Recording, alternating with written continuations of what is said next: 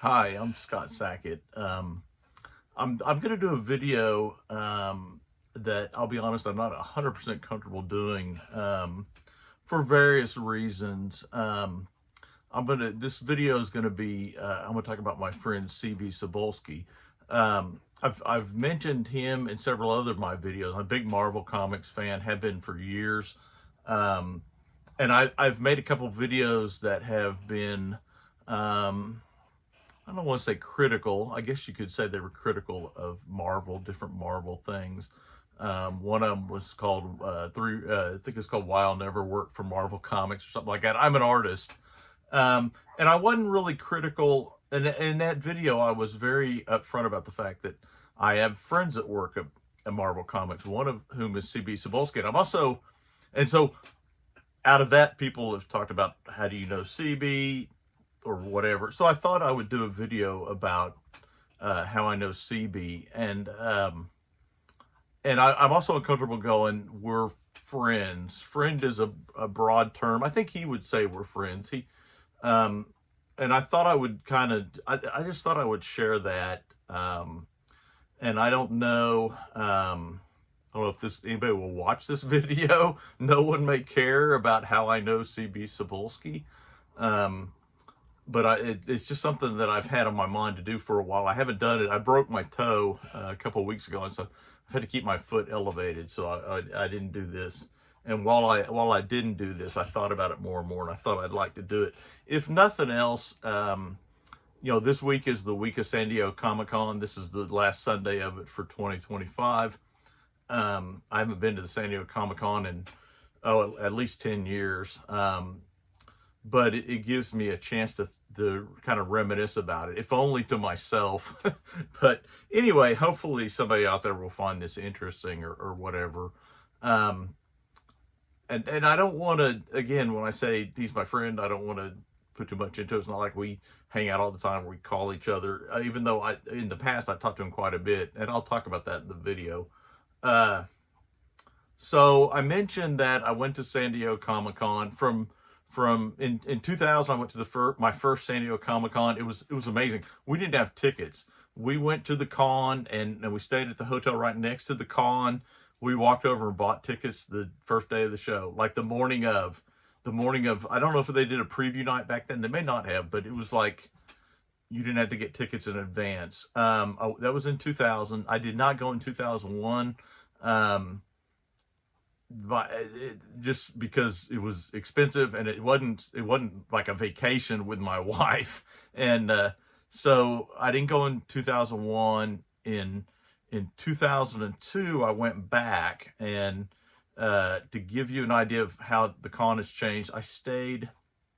Now there's a ballpark, and I'm not sure if that's north. I think it may be north, but across from the hotel there's a big ballpark. That wasn't built at the time, or across from the convention center.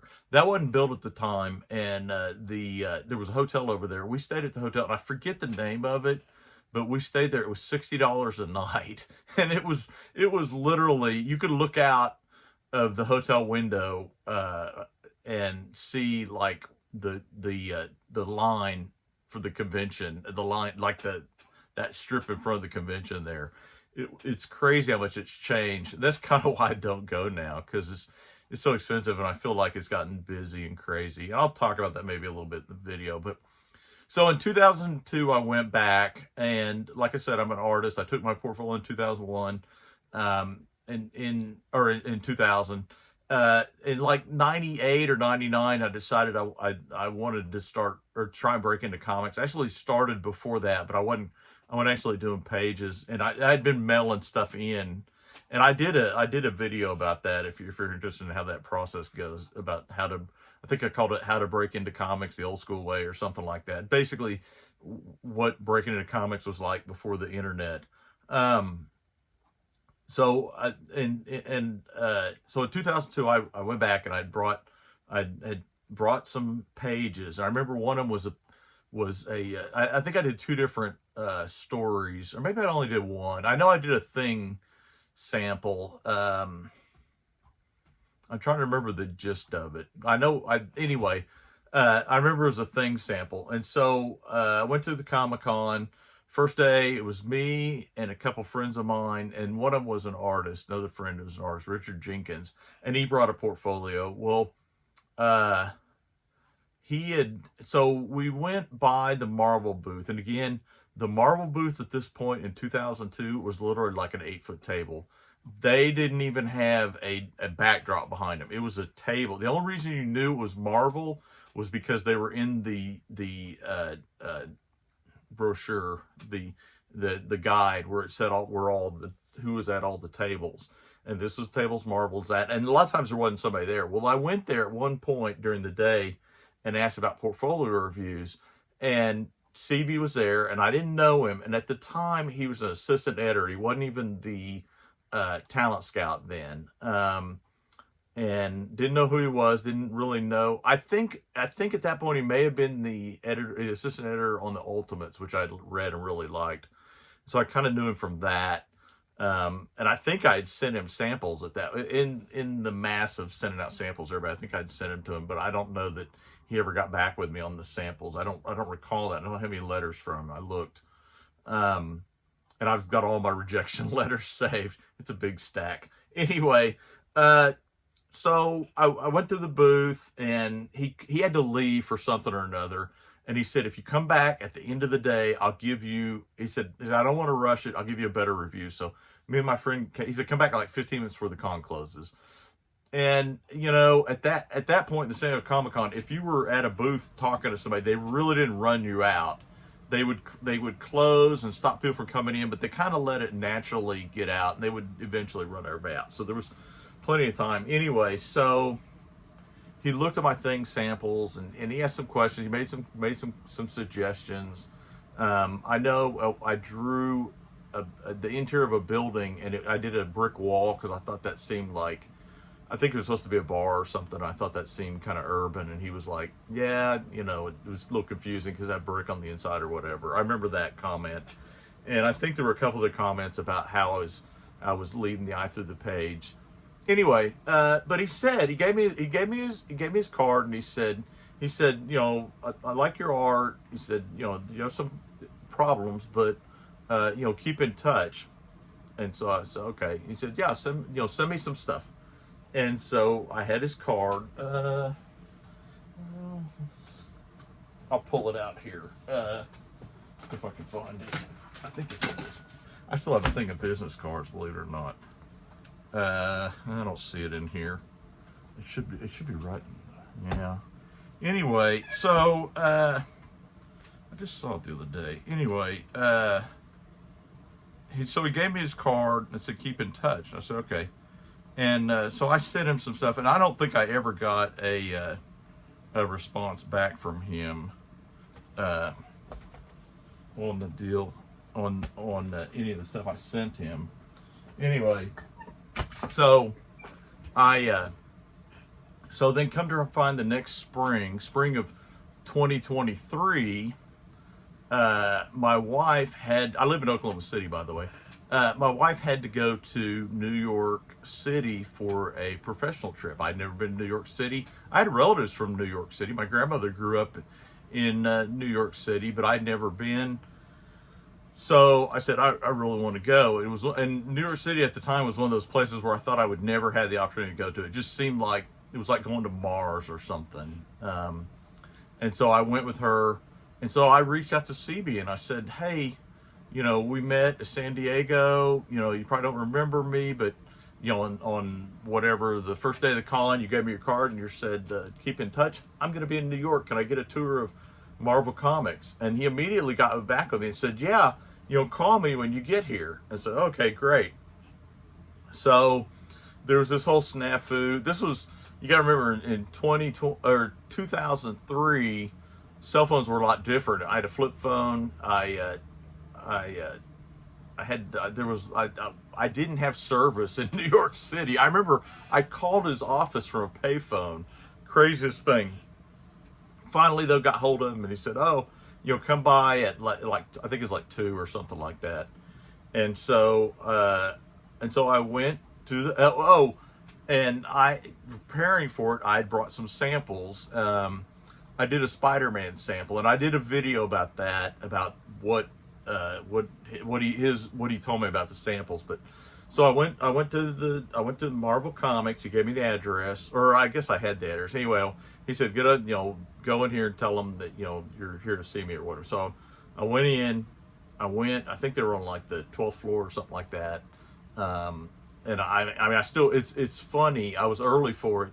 And I still, every time we go to New York, I always see the building, because and they're not there anymore. In fact, that's 2 headquarters ago, at least 2, and they're right by the library right there at by the park. I forget the name of the little park off the top of my head, but anyway, if you ever go to Books Kunikia, I think it's called, they're real close to there. They're a little bit, let's see, what would they be? A little bit east of there. Anyway, sorry, it's gonna be a long video. Anyway, so I went upstairs, or I went upstairs. I went to the offices, and I went inside, and they sent me to. There was a guy sitting at a desk, like just a regular desk, and I told him, "Hey, I'm here to see C.B. Cebulski." And I remember there was packages of, I think it was like the plastic Hulk fist, the real big ones like kids wear, just stacked high. I don't know what it was. It was like, I think that office was like, it was like the receptionist / merchandising. Anyway, so I call in, CB, you got, Scott Sackett's here to see you. And so he came from the back, and he said, come with me, we need to go upstairs. So the Marvel offices, I think there were 3 floors. And so we went up, and he said, yeah, I wish more editors were here today. He said, but he said, everybody's gone this afternoon. I'm not sure what's going on. And I think, thinking back, I think it was on a Friday. And, traditionally, I was reading in one of the books about Marvel Comics that they closed at noon on Fridays during the summer. This was in the spring. So I don't know if that was the thing or whatever, but I mean, they're literally, so we go up, we went up the stairs. He said, we'll take the stairs to the elevator, it's faster. Okay. So we went up the stairs, and when we're going in the offices, I have my portfolio, and he said, what store are you with? I go, I'm not with the store. I said, you looked at my, sorry, I was confused with somebody else. And so, so I was like, oh boy. And I said, I said, I'm an artist. I brought some samples. I hope it's okay. And he said, oh yeah, we'll look at them. We'll go to my office. And so he showed me around, and he took me to, at the time, the EIC was Joe Cusati. He took me to Joe Cusati's office. Joe was not there. He had a corner office, a really nice view, really cool view. It was cool. I took some pictures. There's a few pictures on my website. I didn't take near enough pictures. I was just in, it was something I was doing, and I was more in the moment than I was taking pictures. And I did not have a cell phone. I may have a digital camera, but I didn't have a cell phone with a camera. It would have been with a camera. So that was the other thing. It's like, gotta take my camera out. But there was some productions offices in the middle. There were some like editorial offices. CB's office was probably 12 by 12, and he shared it with someone else. There was 2 desks in there. It was a very small office, but I mean, it was okay. And there was a big bookshelf in there that had all these books about writing, and it wasn't like, I think there was a few trade paperbacks, but most of the books that he had were about writing, not about writing comics specifically, but just about writing. And so we went in there, we talked for a little bit. I showed him my pages. He went over my pages pretty thoroughly, gave me spent a lot of time giving me advice. And like I said, I've done a video about that. It's one of my how to draw comics the Marvel way videos. If you're interested in what CB told me, I don't want to go into that here. I'd have to get the pages out. But anyway, and so he left. He said, I'll be back in a minute. I don't know if he went to the bathroom or whatever. So he left. And while he was in there, I kind of sat there, and there were 2 things I remember. One was, I was kind of looking around. On his desk was one of those old school Rolodex things. And at the very top, it was a thing that said David Finch, and David Finch's phone number. And I thought, holy cow, David Finch is going to be working for Marvel. And it wasn't long after this that David Finch Kane was doing, I think it was the New Avengers that he did, and that's where he really blew up and got popular. And I met David Finch at a con with CB, and he was very cool. And I may get into that a little bit in this. I've already gone way longer than I thought I would on this. I thought this whole video would be about 5 minutes, but anyway. So then the other thing I remember is I'm looking, and kind of like between CB's desk and like the shelf, the bookshelf, was a stack, and it was probably about that high. I'm holding my, if you can't tell, my hands are about 11 inches apart. It was like a foot tall stack of comic pages, and I looked at, I didn't pick them up, but I kind of looked at it, and I realized it was submissions.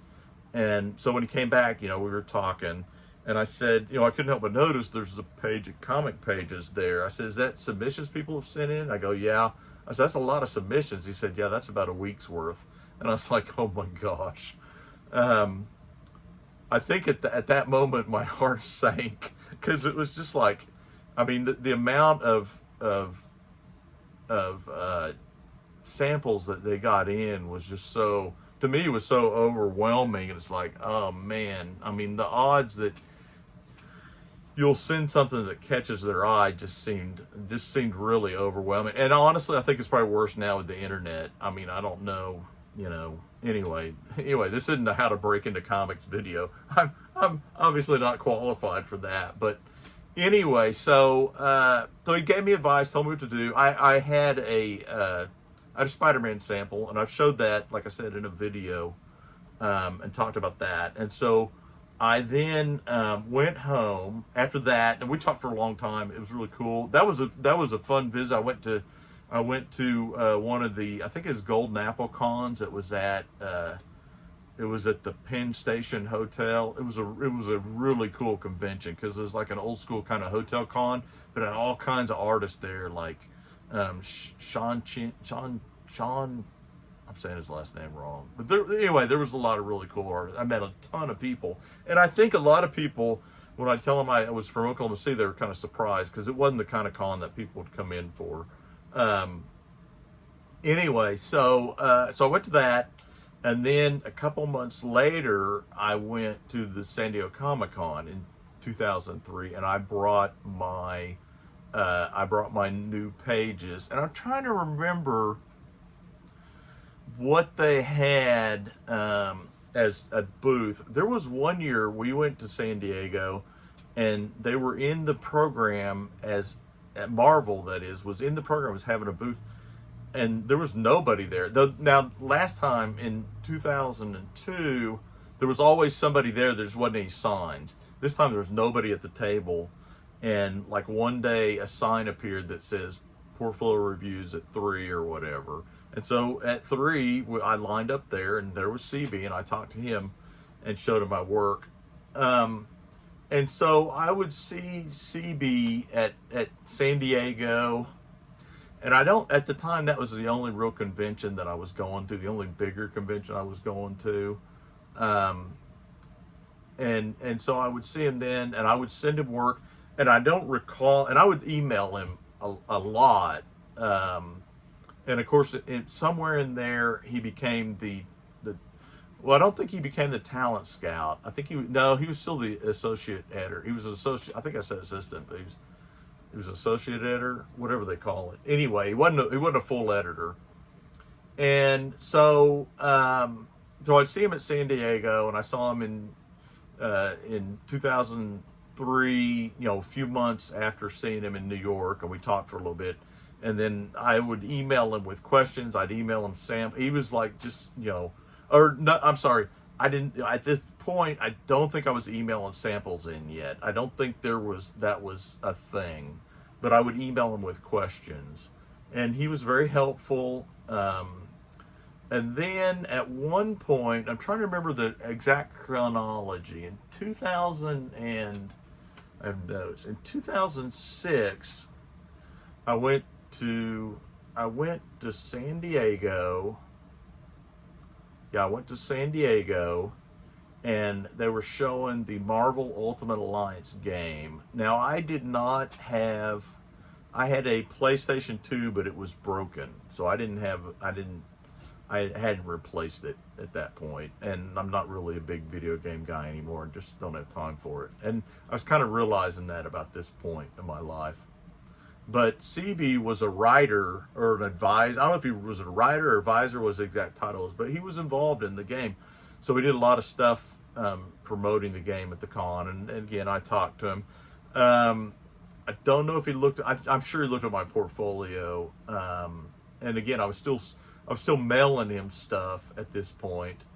But the Ultimate Alliance things comes up in a second. So later that year, in the fall, in 2006, the Wizard World Dallas was going on. I mean, at this point, me and my friend had been going down to Wizard World Dallas. They just kind of revved it up like a year or two before that. So I went down there. Well, I found out that CB was going to be at Wizard World Dallas, and the reason why is because Activision that convention was on the day that the Marvel Ultimate Alliance game came out, and so CB was going to be there to kind of talk about and do a panel and that sort of thing. And so Activision brought him in just because of the timing. And so I happened to, Oklahoma City, Dallas is only 3 or 4 hours. So we were going down to that convention. And so we went down there, and so I had a car because we drove. And so the first day of the con, I took CB out to lunch. Me and 2 of my friends went down there. So the 4 of us went out to lunch. I took CB. now this is funny to me now. If you ever follow his Instagram or anything, he eats at a lot of nice places. He's a foodie. I don't think the term foodie was even invented in 2006. If it was, I didn't know about it. But he was a foodie, and so but I didn't know that. So anyway, I took him to Steak and Shake, there was a Steak and Shake fairly close to the hotel thing. And I remember we drove past a Sonic drive-in, which are all over down here. The headquarters is Oklahoma City, and in this area of the country. And CB said, "Oh, that's a Sonic." He said, "I've never seen one." He said, "They advertise them all the time in New York." He said, "But I've never seen one." I said, "Well, yeah, they're all over, in the South or whatever." And so we went to Steak and Shake, and then that night he invited us to go to the bar at the hotel with him. We weren't staying by the convention center, but next to the convention center there was a hotel. I don't know what it was, a Hilton or whatever. And so we went to the bar with him. I don't drink, and one of my friends didn't go, but me and my friend David went. And we met CB, and he introduced us to David Finch. That's when I met David Finch, which was really cool. Talked to David Finch for a long time. In fact, it's funny. He was at the time he was getting ready to get married. But David Finch was really cool. And then at one point he left, and so we hung out with CB. And then at one point they kicked us out of the bar. Or the bar closed, and so a bunch of people were hanging out in the lobby, and they were pretty inebriated. And again, I don't drink, my friend doesn't drink, so I think at one point we just sort of like, okay, we're gonna go. And so we left, went back and then like the next day I saw him for a little bit, and talked to him. And I don't think he was looking at portfolios at that convention. I think Dark Horse was there too Dark Horse was one of the Wizard World Texas's. So at some point, CB quit Marvel to write, and I think it was in 2007. This is where my chronology may be a little bit off. So in 2007, my wife and I, and in between this time, my wife and I had started going to New York quite a bit. We weren't quite going every year, but we had gone back, and so in 2007, we went back. And I don't know if we'd been since 2003 and 2007. We may not have been, or if we did, it was maybe like only once. Before COVID, we were going up to Manhattan like twice a year. But we hadn't kind of got into that yet. And so So I went to New York, and so I called. Did I call him? I think I texted CB. At this point, I had his cell number, and so I texted him and I said, "Hey, I'm in New York." Or I'd reached out to him before and said, "Hey, I'm gonna be in New York on these dates. Is there any chance you want to hang out?" And he said, "Yeah, call me when you get here for whatever." And so when I got there, I texted him, and so I texted him, and he said, "Hey, do you want to hang out tonight?" I said, "Sure," or he said, "Yeah, let's meet." And so I met him at 10 o'clock. There was a bar. It was an Irish pub, I remember, and I can't remember exactly where it was at. I could figure it out if I wanted to, but apparently it was fairly close to Marvel offices. And I know it was on a Tuesday, and it was where all of the Marvel employees would go hang out after work on a Tuesday. And I don't know if he was there and had hung out all after work, or if he would just got there. But I got there, and I remember it was pouring down rain. That was the one time we went to New York. Poured the whole time we were there, almost the whole time. It did stop that evening, so I go there, and it was like 10 o'clock. And again, I don't drink. I went to the bar, and he was there. I said, "Oh, hey," and we talked a lot. And he was, at this point, he wasn't working at Marvel. And I remember, this will help place the year. I should look this up. That very first Wolverine movie had just come out, like Wolverine or The Wolverine or whatever. I think it was The Wolverine. That terrible one. It just come out anyway, and we didn't talk about that. But anyway, we talked about comics, and I don't think I took any artwork to show him. I think we just talked. But anyway, we hung out for a long time there, talked about all kinds of stuff. He told me stories from him being in high school and some other stuff. But we were there from 10 till about midnight, and he says, "Hey, let's go to this other bar." And I go, "Okay." And so he goes, so we left, and it was pouring too at this point. So we go out, and he hails a taxi. We get in the back of this taxi, and the taxi goes, I think we were on like 6th Street, but the bar we were going to was on the other side of the park. And so he gave the driver very detailed instructions how to get there. Go up here, turn, and go through the park rather than go around it or something. Anyway, he gave instructions. But I remember we were driving, and at one point this car about hits us. So CB rolls out, and again, he's really been drinking at this point. I don't want to characterize him as drunk, but he was definitely had a buzz on. And so he leans out the window. He's like yelling at the guy and giving him the fingers. "Hey, yeah." It's pouring down rain. It's crazy. And we're going through the park, and it's pouring down rain. Thinking, "Oh my gosh, I'm going to die." And again, like I said, I don't drink, so I was stone sober. But so we get to the bar. Oh, and he told me that, I think, and I may be misremembering it. If I am, and somebody knows it better than this, I apologize. He was telling me that, like, John Cassidy was part owner of this bar, and it was over by the Museum of Natural History in New York City. It was like a block north of it, and it was in a basement. How buildings in New York, some of them will have like basements under them. You were on the sidewalk, you went down these stairs, you went into the bar, and it's this huge bar, and there was maybe like 3 people, and there's very abandoned. And the guy knew CB. Now, if John Cassidy owned, I think he asked if John was there, and the guy's like, "Nah, he didn't come in tonight," or whatever.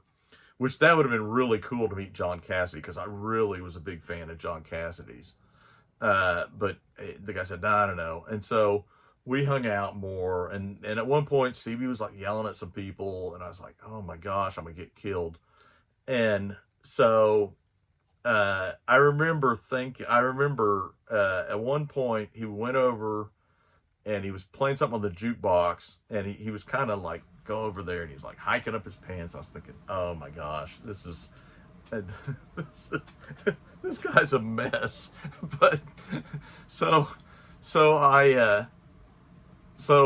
we were there for a while, and then he said, I think I'm gonna go home." And I said, "Well," I said, let me walk you to your house." And because I think he told me we were pretty close to his house, and we were close to the hotel where I was. In fact, when I reserved the hotel, I asked if it's a nice neighborhood. He said, "Yeah." He said, "It's real close to my house." So, or his apartment. And so I was like, okay, that's, very fortuitous in a lot of ways. We met a friend of ours, good friend of ours nowadays, at that hotel, or not at the hotel, but walking around New York in that neighborhood. She lived like around the corner from the hotel, and we just walking her dogs. We stopped to pet her dogs, got talking to her. We're still friends with her today. But anyway, so we're walking, and at this point it's like 2 in the morning. It is now getting like late, and I'm like, and CB was he was struggling. Well, I'll call it that. I don't want to characterize his condition, because I don't know the guy, and or I don't know him. I'm not around him that much to guess, and I don't want to characterize it. But anyway, anyway, he so we're walking, and he starts to cross the street against the light, and I grab his arm and I go, "Stop!" See, and this car comes roaring by, and so maybe I buried the lead. So at this point, I said, I have saved C.B. Cebulski. So now I can say I saved the editor-in-chief of Marvel Comics' life. And I was just thinking, oh my gosh, I could get this guy home. So we're walking, and there's another Irish pub, and he goes, "Let me just go in here real quick." And I go, "Oh my gosh."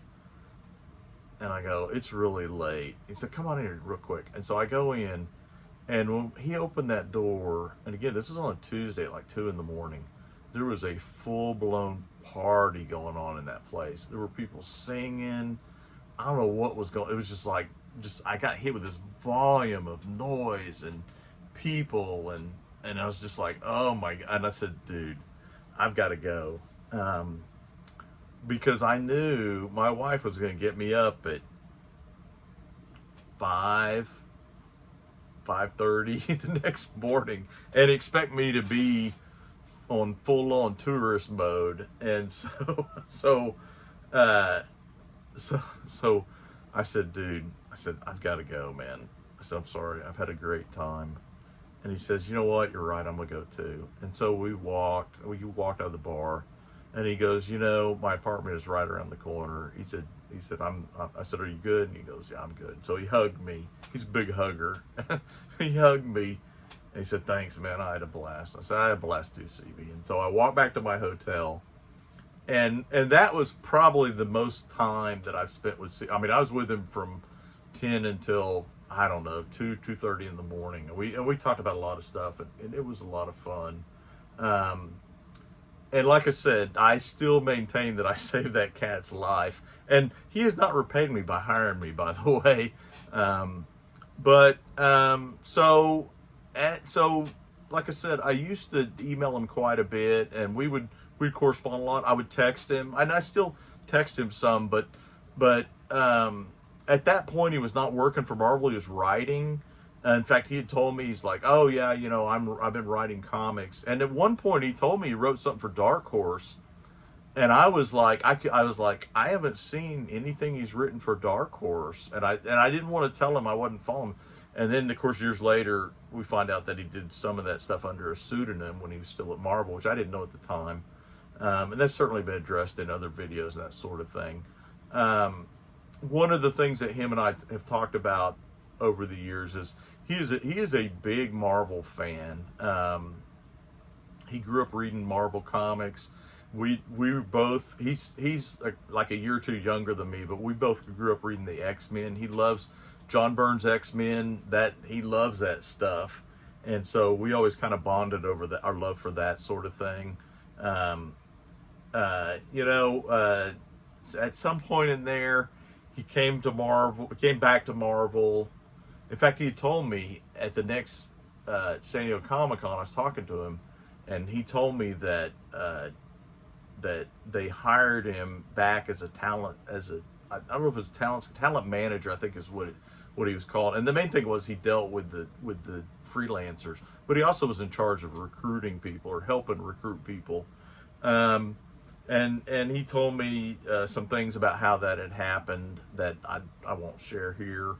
And I'm not sure how long he was freelance and when he went back, but and then at one point he moved to China, And at the point that he moved to China, I won't say we lost touch because I still emailed him frequently, but I didn't I did see him. I would see him at, well, it's somewhere in there. I switched. I stopped going to San Diego and I started going to New York Comic Con, and I would see him at New York Comic Con every time.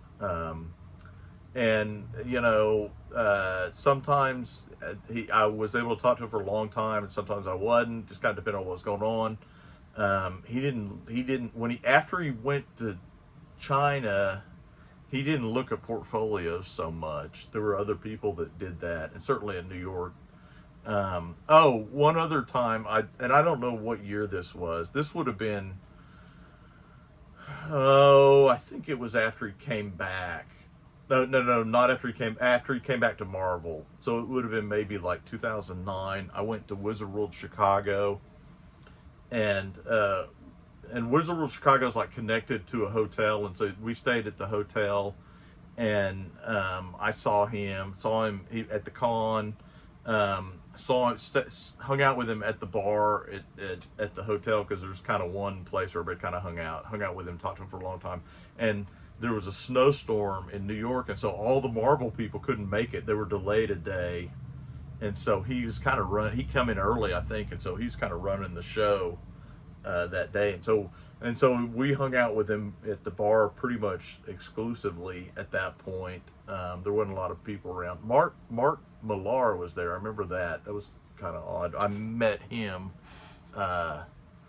and I remember the next day Joe Quesada got there. Joe Quesada was at that con, and I remember thinking at one point we were all at the bar, and Joe Quesada had CB go get something for him at the convention center, because there was kind of a hallway that went to the convention center.